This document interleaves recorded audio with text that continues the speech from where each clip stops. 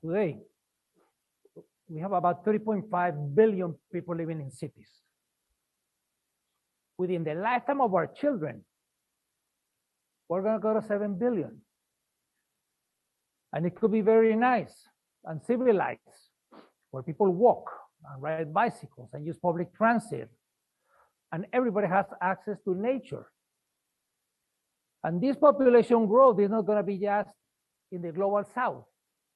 In the US, in the next 40 years, it's going to grow by around 80 to 100 million people. So the US is going to need about 50 million homes. 50 million homes is a lot of homes.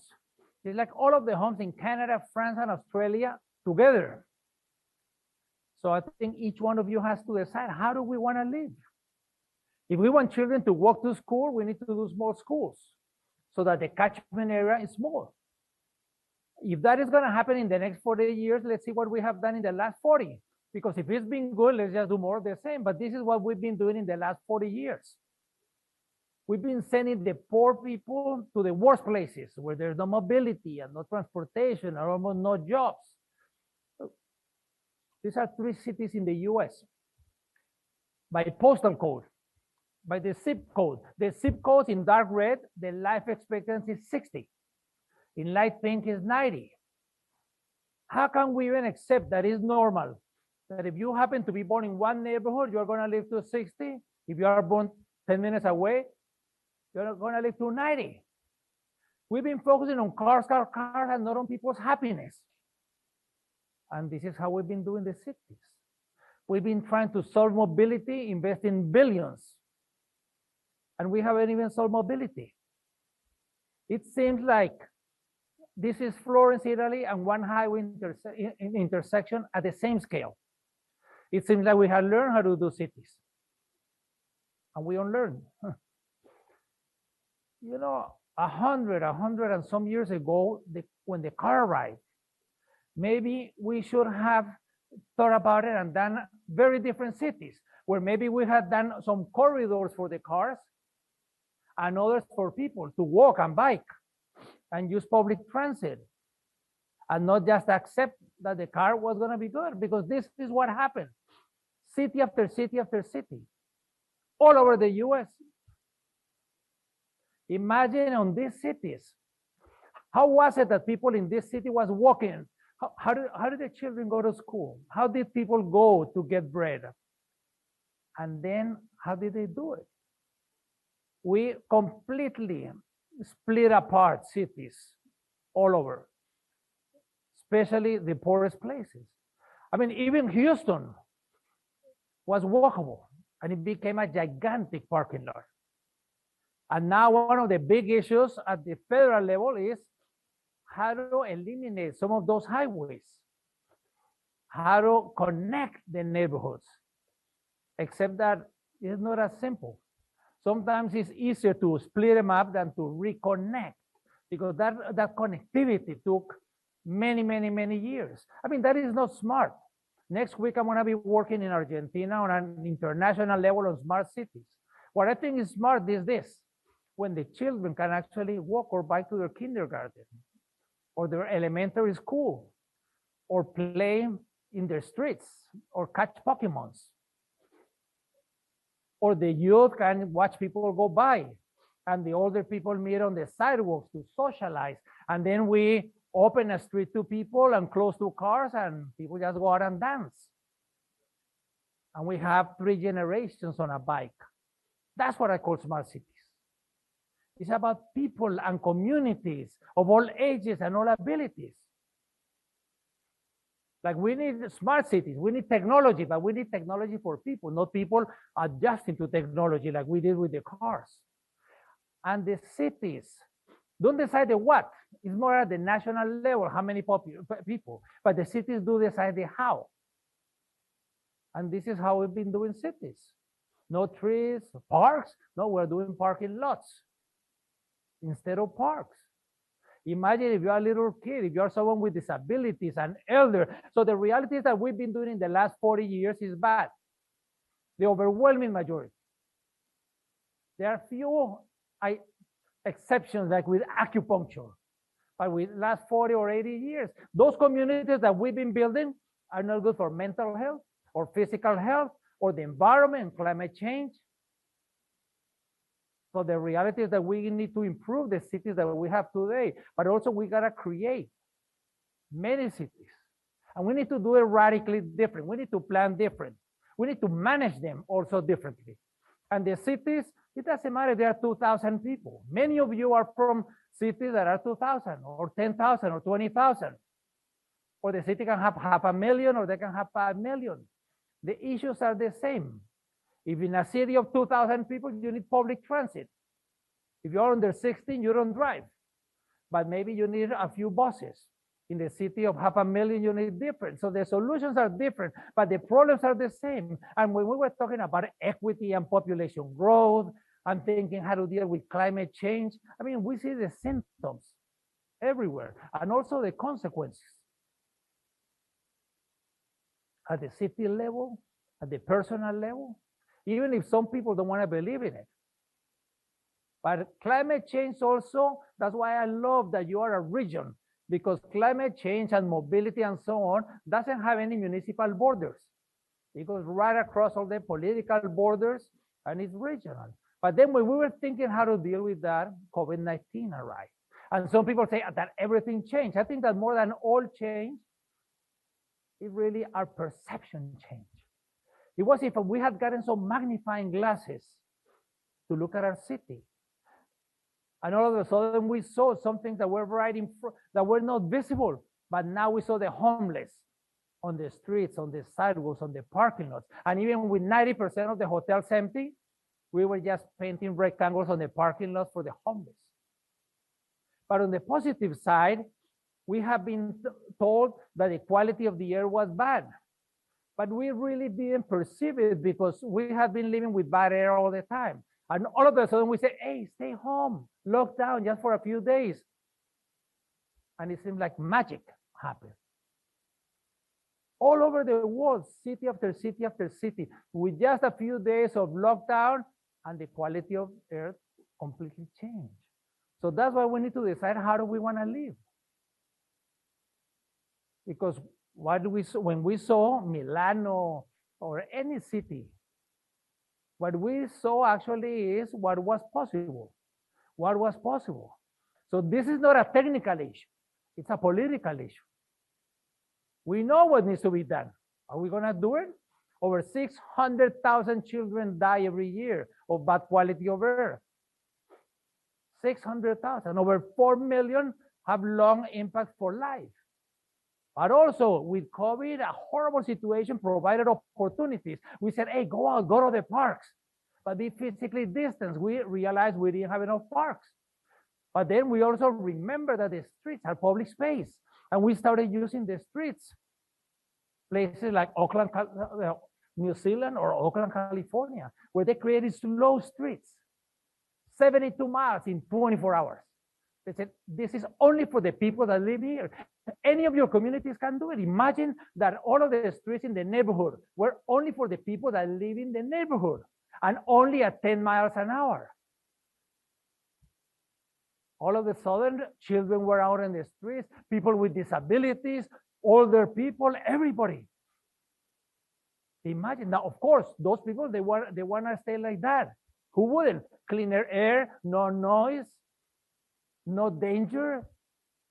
And you can do it in any of your communities, also with fewer cars. We have been told that bike lanes used to take years, decades to build. All of a sudden, they were being done in weeks, not in years, not in decades, all over the world. So we realized that it was, again, not a technical issue, not a financial issue. It was a political issue to make the decision to do those bike lanes. And we said, okay, we're going to have buses, bus-only lanes. In 2 weeks, they started showing up all over the world. Markets in the middle of the streets. All of a sudden, some places didn't have enough parks. San Francisco, in 24 hours, said this golf course, a golf course that is only for 200 people a day, became a park. So instead of 200 people, there were thousands and thousands and thousands of people. So how are we going to justify public golf courses if you have lack of green space or lack of housing? So in some ways, the impossible became possible. And people were so happy about it with the opportunity to change. And we said, okay, post-COVID, how are we going to create cities? Let's not go back to 2019. Let's jump over to a better future. For example, maybe 25, 30% of our cities are streets, the largest public space. I mean, imagine when you're going to repave a street in a neighborhood, if you knock on the door of people and say, we're going to repave, we do this every 30 years. You want us to do everything pavement or half pavement and half a park, a linear park? Why not? We could really have massive progress of going from gray to green. I mean, it looks so easy. It should be easy. But of course, it's not. Because we got a lot of other people that want more cars, more isolation. Nothing is easy. So at the end of the day, you need to decide how do you want Puget Sound region to become? It's up to you. I think that everything post-COVID, we got to do it based on health, equity, or sustainability. And when I'm talking about health, I'm talking about urban health. What is urban health? It's the effect of urban environments on human lives. The social, the natural, the built environment, how it interacts. Social, the different income levels, the different ethnicities, the low incomes, and how do they interact with natural, with the parks, tree canopies. In most of the cities, when you fly over, you know where the rich people live and the poor people live, because the wealthy areas have lots of trees and lots of parks, the low income do not. So how all of this is going to link? So that's what I'm talking about, urban health. And when I'm talking about sustainability, I like to talk about sustainable happiness. What is sustainable happiness? Sustainable happiness is the one that contributes to the individual, the community, or the global well-being, as long as it does not exploit other people, the environment, or future generations.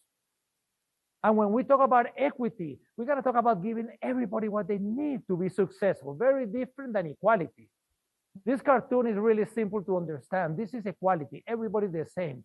No, equity is giving what they need.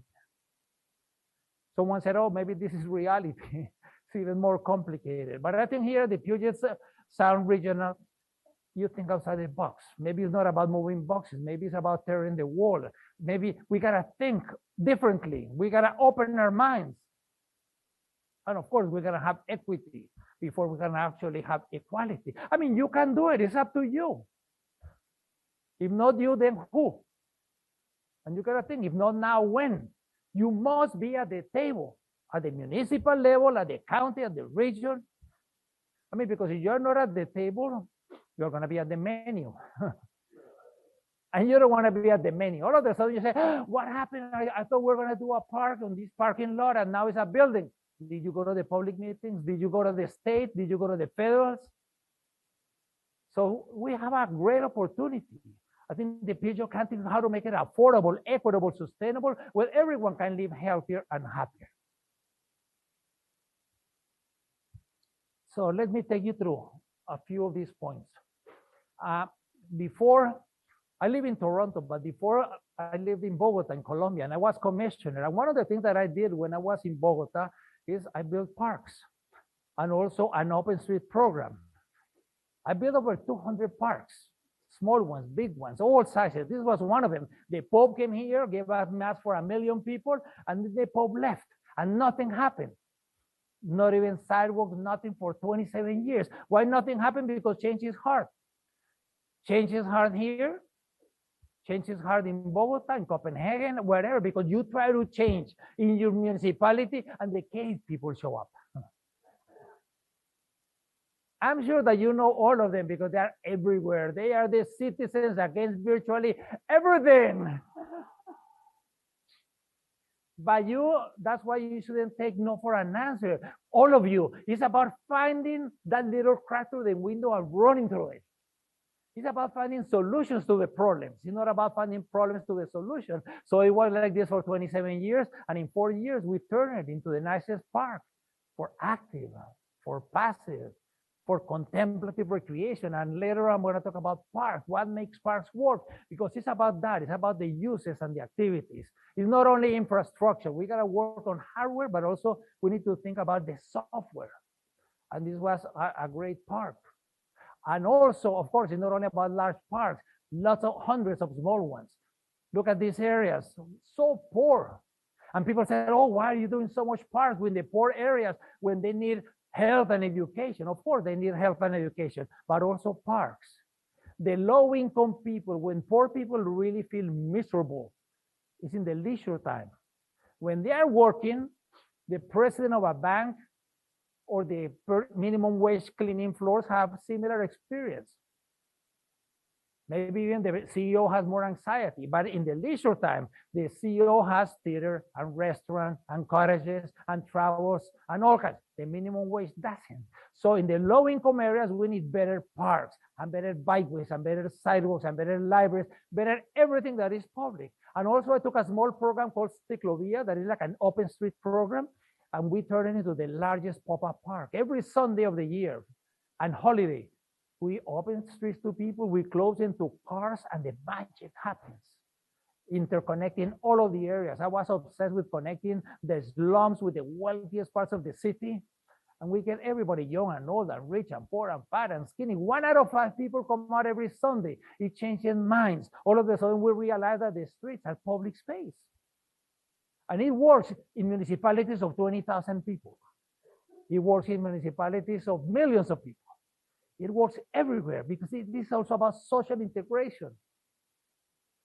Now I've been working in Delhi on it, and it works in Delhi, and it works equally well in Paris. We meet each other as equal. That CEO and his or her family meets with the minimum wage worker and their family as equals. That doesn't happen anywhere else. They don't live in the same building. Their kids don't go to the same schools. They don't even go to the same restaurants. All of a sudden, they're meeting as equals. And now hundreds are doing it. Why don't you try it in your municipality? This is low cost. All you need is people and streets. It's low risk. I mean, you are not building arenas or gymnasiums, and it has so many benefits. So many benefits. Interconnect the whole city. But now I live in Toronto. I've been living in Toronto for 24 years, and I've been doing something. I created 880 cities, also cities for everyone.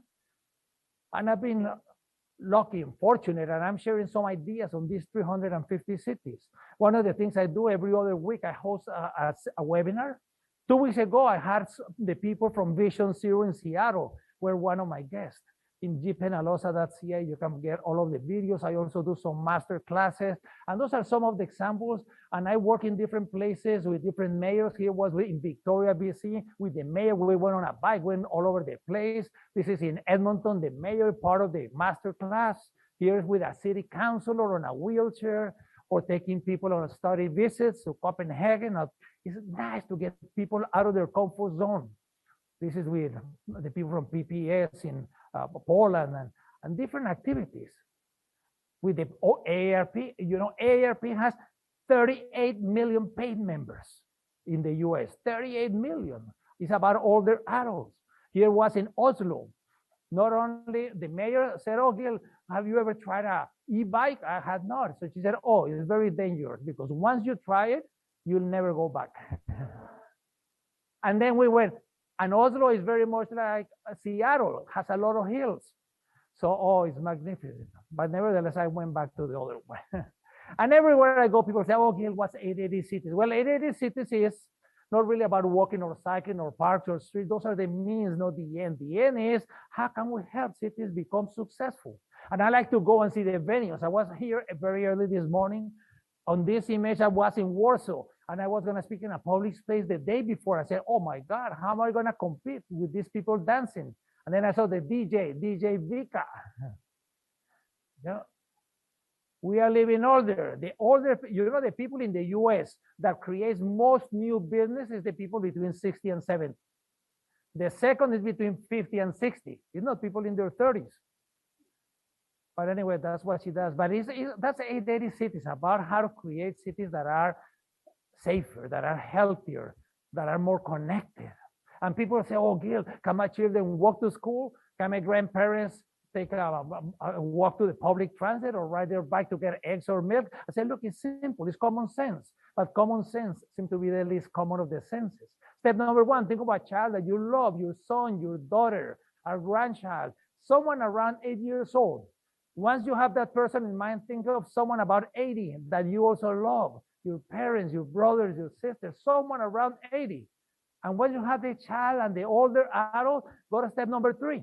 Would you send them across that intersection? Would you send them walking to the park or to take public transit? Would they feel safe? If you would, it's because it's safe. If you would not, it's because it's not, and we gotta do it better. I mean, what if everything that you did here in the region, everything, the crosswalk, the sidewalk, the park, the hotel, the restaurants, everything had to be great for an 8 and an 80, not 8 to 80, no, 8 and 80 as an indicator species. Because if it's good for the 8 and it's good for the 80, it's going to be good for everybody. From 0 to over 100 years old. We need to stop building the cities as if everybody was 30-year-old and athletic. And let's create cities for everyone. It's about that, communities for all. That is the idea. And when I was talking about urban health, about the connectivity of social and natural, the built environment, it's about well-being. Well, what is well-being? Well, it's being well. And about talking about elders, it's living older, healthier, happier. And like this says, the secret to living well and longer is eat half, walk double, laugh triple, and love without measure. It sounds simple. Yeah, it is. I mean, when we're talking about cities, it's not about, it's no secret. There are no secrets. Let me take you through 5 elements of having well-being in many of your communities. One, we need more plant-based. So promote it, have farmers markets all over the community throughout the year. Let's have urban gardening in the schools, in the libraries, in the parks, everywhere. If you have a hydro corridor, let's put some of it, some urban gardening and allotment gardens. I mean, I'm not asking that you should become vegetarian, but if all of us start eating half as much meat, the impact is as if half of us have become vegetarian. 2, we need to sleep. We need to sleep 7 to 9 hours, always, regardless of I'm not talking about homeless. Homelessness is a human rights issue. But if you are not homeless, we gotta sleep 7 to 9 hours. That is really, really critical for all ages, young people, older people, everybody needs to sleep, including when older people, they say, oh, they forget everything. Yeah, because we have the thought that if you are 80, you don't need to sleep as much. My mom used to say, oh, no, older people need only 5 hours. No, you need 8 hours, or else you're going to forget everything. If you are 18 and you also sleep 5 hours, you're going to forget everything. In so many ways, we lose 20% of our mental and physical performance. That's why the sports team, the professional team now have people specialized. And we overvalue the people that they work 24 hours. Yeah, then the next day they go to work, and it's like if they're on a stationary bike, they pedal and pedal and pedal, but they don't go anywhere. So we need to sleep. That's really critical. Also, people that are drowsy kill more people than alcohol and drugs combined. It's really terrible. Also, so we gotta eliminate that drowsy sleeping. It's democratic, it's powerful, it's free. So sleeping is really critical. Number 3, sociability. This is absolutely critical to be social. We gotta get people and we gotta get them out on the park. We gotta get them walking. If we are social, the benefits of socializing are amazing. It increases the brain health, mental and emotional health, confidence, quality of life. It decreases blood pressure, the risk of Alzheimer's. So it's not just sitting in front of a computer knitting. Let's go to the park. Let's do knitting groups in the park. It's not just about doing the walking path, it's doing the walking groups. And in nature, wow, we gotta be in nature. One of the good things of COVID is that it taught us that if we are in nature, we go to the park.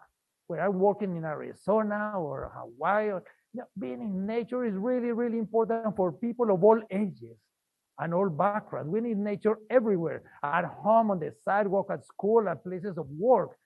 And 5, we need to be physically active. Since the day we're born till our last day, we gotta be physically active. But it's not about being a professional team. It's just about being around. Physical activity is absolutely critical for everybody. It's physical activity is going to decrease the premature deaths, strokes, cancer, osteoporosis. I mean, blood pressure, type 2 diabetes is really fantastic. And there are all kinds of stories that show about the physical activity. And by the way, this is not really physical activity. Walk the dog is magnificent. It's not about doing marathons. It's only 30 minutes a day for adults, 60 minutes a day for children. But it has to be 5 or more days a week. Everybody looking for a magic pill. No, there is no magic pill. No magic pill. The only way that the people in Puget Sound region are going to be physically active is if people walk or bike as a normal part of everyday life. There is no other way. People might play golf once a week. People might play soccer twice a week. But if we need people to be 5 or more days, that's why you got to put so much emphasis on walking and cycling as a normal part of everyday life. Like my friend Young Girl says, we got to create communities that invite people, that make it easy, that make it exciting. And of course, all of this is good for physical health, but there is no health without mental health. Loneliness increases by 29%, the heart disease, 32%, the strokes, twice the possibility of dementia. You know, the Surgeon General of the US talked about loneliness. It's a huge problem. It's about the impact. It's about like if people smoke 15 cigarettes in one day. Loneliness. We really need to invest. Sometimes I go to the cities and it's easier to find $500,000, $1 million to do a park and not a few thousand to make it work. Depression is the leading cause of disabilities. If we have contact with nature, it's going to improve our cognitive thinking. When I volunteer sometime in Puerto Rico after the hurricane, I love biking in that nature, or working in Alaska. Nature. We got to have it everywhere. And it has to be doable. If we have green neighborhoods, not only are going to look nice, but are going to improve the mental health of people, of everybody, regardless of the age or the ethnicity or the social or economic backgrounds. So nature is something that we got to put emphasis. So these are the 5 actions: eat more plant-based, sleep 7 to 9 hours, contact with nature, socialize, and physical activity. And talking about physical activity, we got to work on sustainable mobility. Walking, why walking? Because every single trip begins and ends by walking. We walk to the car, we walk to public transit, we walk to places. Walking. I mean, walk and bike is not a joke. This could be a beautiful street of any of your communities of 10,000 people or 500,000. I mean, walking and cycling is not a frivolity. This little girl knows it. Walking and cycling is the only individual mode of mobility for most people. Even in the wealthiest neighborhood of Seattle, 1/3 of the people don't drive. Everyone under 16, many people over 70, and many in between. All children around the world and youth, they don't drive. So it should be safe. It should be like a human right, safe and enjoyable, unless you think that only the people that have the money and the desire to have a car have a right to individual mobility. That's why I'm also talking about democracy and human rights and equality and sustainability, because everything is linked, interwoven. How do we want to live? Human beings, we walk. You know, just like the birds fly or the fish swim, people, we walk. We walk. We walk in the middle of the winter. We walk in the summer. And one of the things that makes us so happy maybe is because we use all our senses. We're walking and we see the children playing or the youth going to school. We hear the birds singing. We go in front of a coffee shop and we smell the aroma. Parents and children walk. Older adults walk. We love to walk in the summer. We walk in the winter, but we need to make it safe. And it is not safe. It is not safe. In the US, it has become less and less safe. It's not a technical issue, it's not financial, it is political. It is political. It's up to all of you to decide. Don't call accidents. They're incidents because they can be avoided. Vision Zero basically says human beings make errors. So we need to build the environment so that no one will be killed. It's simple as that. I mean, but sometimes people say, oh, we're Vision Zero, but we don't put the money or the actions. So instead of Vision Zero, we have a zero vision city. We know what needs to be done. It's not a technical thing. There are cities like Oslo, last year, 0. The year before, 0.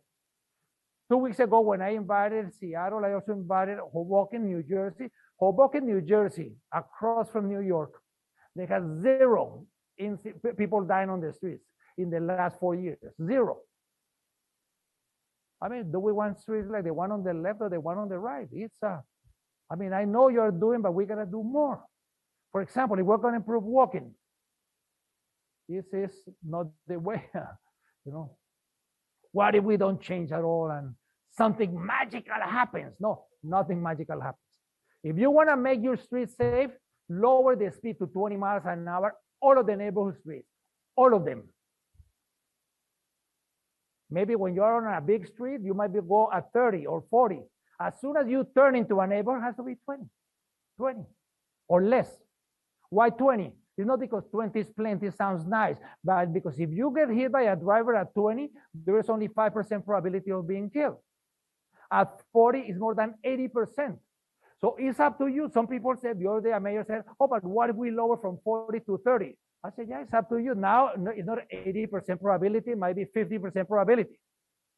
You want to go down to 5% probability, go to 20 miles. So it's up to you. And there's hundreds and hundreds of studies. No one denies this, no one. Also, when the streets are at 20 miles an hour, but of course, you gotta enforce it. You gotta put humps and put speed cameras and do road diets. When the cars are at 20 miles, a lot more people walk because people don't like to walk when the cars are going fast.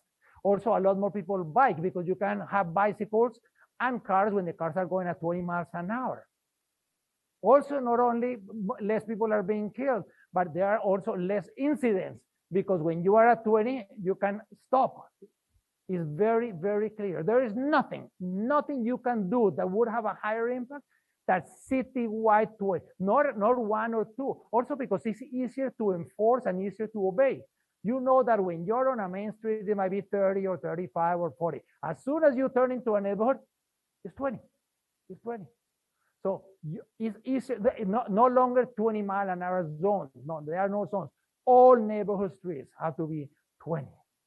Also, we need to reduce the cars. It's crazy how in the last 15 years, this is one of the main reasons why in the US, the people killed on incidents is going up more than any other country in the top 20 developed countries because the cars are just too big. So when the cars were small and would hit a person, might break their legs. Now it kills them. So let's keep in mind that citywide, 20 miles an hour, but we need to enforce it. Also, if we in a crosswalk, if we have a small island, we eliminate more than half. We gotta make people first, and people first is not when we put a post in the middle of the sidewalk. A couple of years ago, I was in a city in Utah, and they took me to a place to see a new sidewalk. And they said, oh, we put lights for the pedestrians. They said, oh, how nice. But how not so nice that you put it in the middle of the sidewalk? What if you're on a wheelchair? What if you have a walker? And then they took me to a neighborhood to look at the brand new sidewalks. 2019 version, brand new. And look at that, look like a roller coaster. Imagine if you are on a wheelchair. The sidewalk has to be perfectly flat. Maybe it can have 20% with a ramp and 80% flat. Sometimes we don't even do sidewalks. That is really totally, I mean, sidewalks is the most important infrastructure in your cities because the sidewalk is where we develop a sense of belonging. On the street, you are going from point A to point B. Not on the sidewalk. On the sidewalk, people meet boyfriends and girlfriends and the neighbors and whoever sells coffee or fruits or chocolates. So you say, oh, I'm going for a coffee. And you take an hour because you stopped and you met someone and you were talking. So the sidewalk, you go to any city, you leave your bags and you go out. You want to get the city. People go out on the sidewalks. It's really critical. That's where people play and enjoy. And so sidewalks is really the most important infrastructure.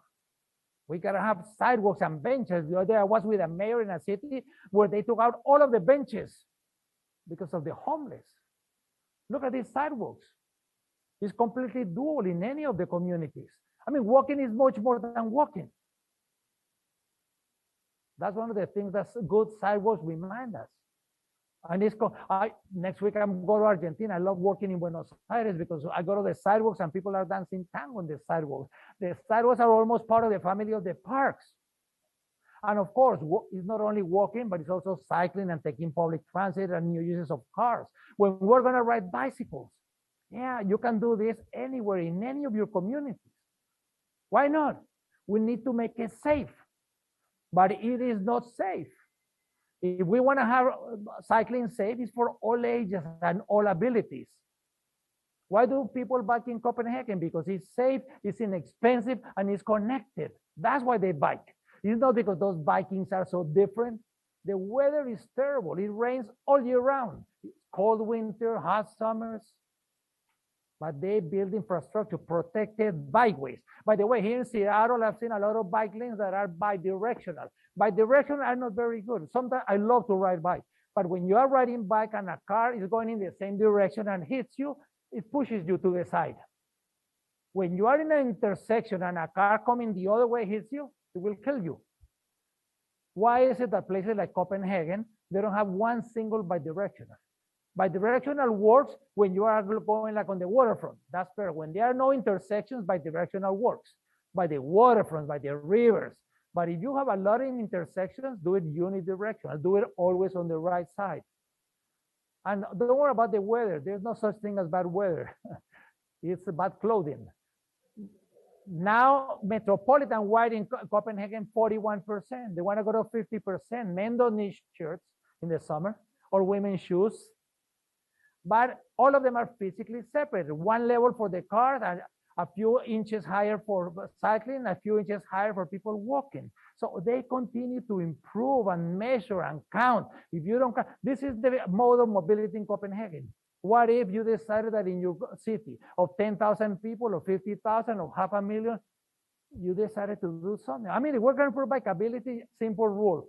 If it's not safe for an 8-year-old and for an 80-year-old, it's nothing. It's nothing. Don't even call it a bike lane. It's nothing. I mean, this is nothing. Sometimes we say, oh, you know, it's better than nothing. No, no, no, it's not. It's not better than nothing.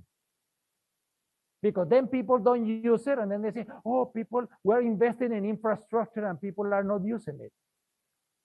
No, you already know how to do it right. Let's do it right. Let's think of the children. Let's think of all the adults. Let's think of everybody. Yeah, the people in spandex, 20 to 50, they can go in between trucks. The children cannot. And also there are immigrants and there are people on their tricycles. Let's think of everybody. I mean, there are some things that are nice, but they don't get anybody cycling. Bicycle parking and maps and racks on the buses. They make it nicer for the 1 or 2% that are cycling. The only two things that increase cycling, the only two is to lower the speed in the neighborhoods and to develop a network of protected bikeways. So everything I said about 20 miles for walking is the same for cycling. But you need to do a network connectivity, AAA bikeways. What is AAA? For all ages and abilities. Sometimes people say, oh, we're going to do one bike lane, 1 mile. Let's see if it works. No, if it doesn't have connectivity, it doesn't work. This is about climate change. This is about the environment. This is about being competitive. This is about being able to attract young people and old people. Old people, we want to age in place. So mobility is really, really critical for older adults. That's why the people bike in places like Copenhagen, because there's connectivity. Or they bike in places like Amsterdam, connectivity. So let's do those AAA. It's completely doable. This is one in Bogota. Why do I show a couple of examples of Bogota? Because Bogota is very poor compared to any of your communities. And if we're able to do quality bike lane like these ones, and sidewalks and trees and so on, of course you can do 10 times better than that. And of course we can improve public transit. Someone said a civilized city is not the one where the poor have cars. It's where the rich use public transit. Sometimes it's part of it is marketing. The name, the color, whatever. A mayor told me, oh, my citizens don't like buses. So he put a nose on the bus, he covered the wheels, and now it looks like trains. And people love it. They call it the super bus. That's in Malmo. And now some of these trams, they don't even need rails. They are above rails. People will use public transit if it has speed, frequency, and connectivity. It's not about these horrible things.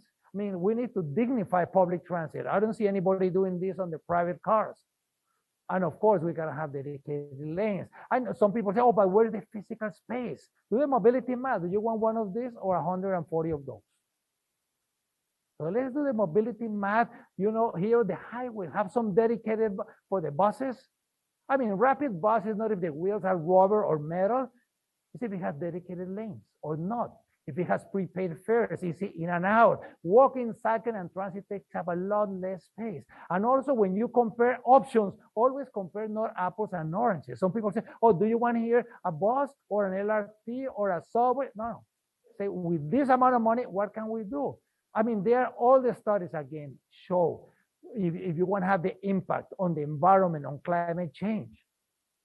We cannot talk. We gotta do. And the capacity and the corridors. And of course, uses of cars. The cars are not going to disappear. The cars, they play a very important role. The thing with the cars is that they are very, very expensive and take a lot of people, take a lot of space. I mean, it's like democracy. Why are we having, if the Constitution of the US says all people are equal. If all people are equal, then why are we having 80 people on a bus going behind cars with one person? Also, the people here in the region that have cars are spending 20% of their income on the car, 20%.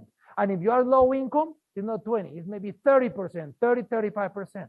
So they're spending about 35, 40% on housing and another 30% on mobility because they have a car. Cars are very expensive.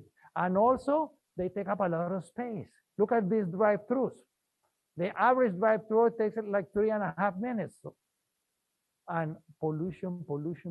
I mean, even people like Chipotle say now they're being environmentally friendly. If you are in traffic, because you are part of that traffic. I mean, ask child how to solve it. They know how to do it, how to create the congestion. I mean, the cost to walk or bike or take public is 4%. 4%. So there is nothing that you can do for anyone to improve their financial situation than to lower from 2 to 1 cars or from 1 to 0. It's like winning the lottery, except that it's not 1 in 10 million. It's 1 in 1 if the person can do it. And that's from the cash flow, 20, 25, 30%.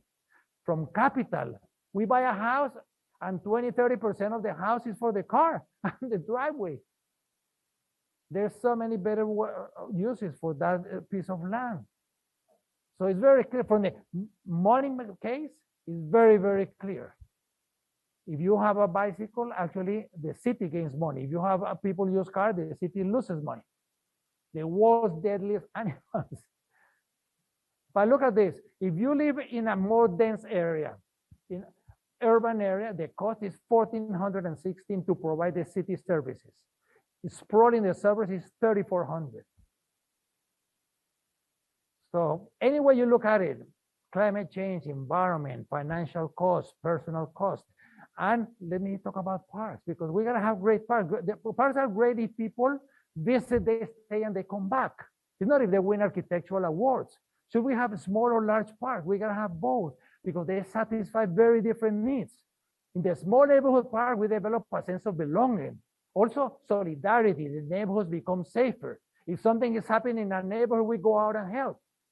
But we cannot play tennis or soccer, so we gotta have medium-sized parks. And then we're gonna be able to go canoeing, so we all gotta have large parks. So at the end of the day, the cities need to have a network, a system of small, of medium, of large, a citywide park system. I mean, everybody has to have a park or a play area within a short walk of all ages and abilities. Can you imagine the US?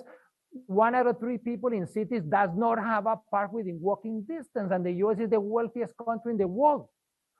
So if you don't have a park within walking distance, think of everything that is public, the street, the school, the library. Look at this. This is what people call playground in a school. No, turn this into this. It's completely doable. The Trust for Public Land is doing it all over the US. They have done hundreds. Get in touch with them, do it. Why so much green? Because there is less attention deficit and hyperactivity disorder. This is completely doable in any of your neighborhoods. They do it if and only if after school is part of the community. Saturdays, Sundays, holidays is open to the community. So during the school time, it's for the school, but afterwards. And if you don't have a school, take over a street. Remember, the streets are 30% over the school area, the areas. I mean, the schools could be magnificent community hubs to do farmers markets and to do classes at night and all kinds of things. I mean, we gotta focus on our most vulnerable citizens. Who are the most vulnerable citizens? The children and the elderly by age, but also everyone that is poor, anyone with disabilities, people of racial minorities and ethnic minorities, and in many cases, women. I mean, I think the region gotta focus on this, on the vulnerable people. I'm only gonna talk about two, and I'm close to finishing. One is the children, and then the elders. Imagine that in each one of your communities, playability was everywhere. You go out on the sidewalk and there's a swing. And you are waiting for the bus and there's a small parquet waiting for the bus. So it's not an issue of money. It's an issue of creativity. It's an issue of allowing people to put a little bit of color or put in a little bit of life. You don't even have to ask some of these people if they're happy. Look at their faces. You know that they're having a really good time. And you'll say, oh, it's good because it's fun and games. Yeah, it's good, fun and games. But children, that's how they learn. Playing is learning. Playing is how children develop their muscle strength, their sociability, their language, their sense of belonging. Imagine if in each one of your communities, you decided that the 0 to 4 is going to be the most important. Because there's ages, and sometimes you go to the parks and you think that planners think that people are born 5 years old because there's almost nothing for 0 to 4. It's only 5 to 12 or 12 to 18. No, we gotta work on those 0 to 4. Imagine for a second, if in your community, if you could see your community from the height of a 3-year-old, what would you change? What would you change on the crosswalks, on the sidewalks, on the parks, on the schools? The 0 to 4 is the most important. You could become a champion. I mean, this is the brain of someone that lacked love, activity, nutrition. And this is someone who had it. Those 4 years are the most important years. If we improve the beginning, we're going to improve their lives. I mean, anybody being born now is going to live over 90.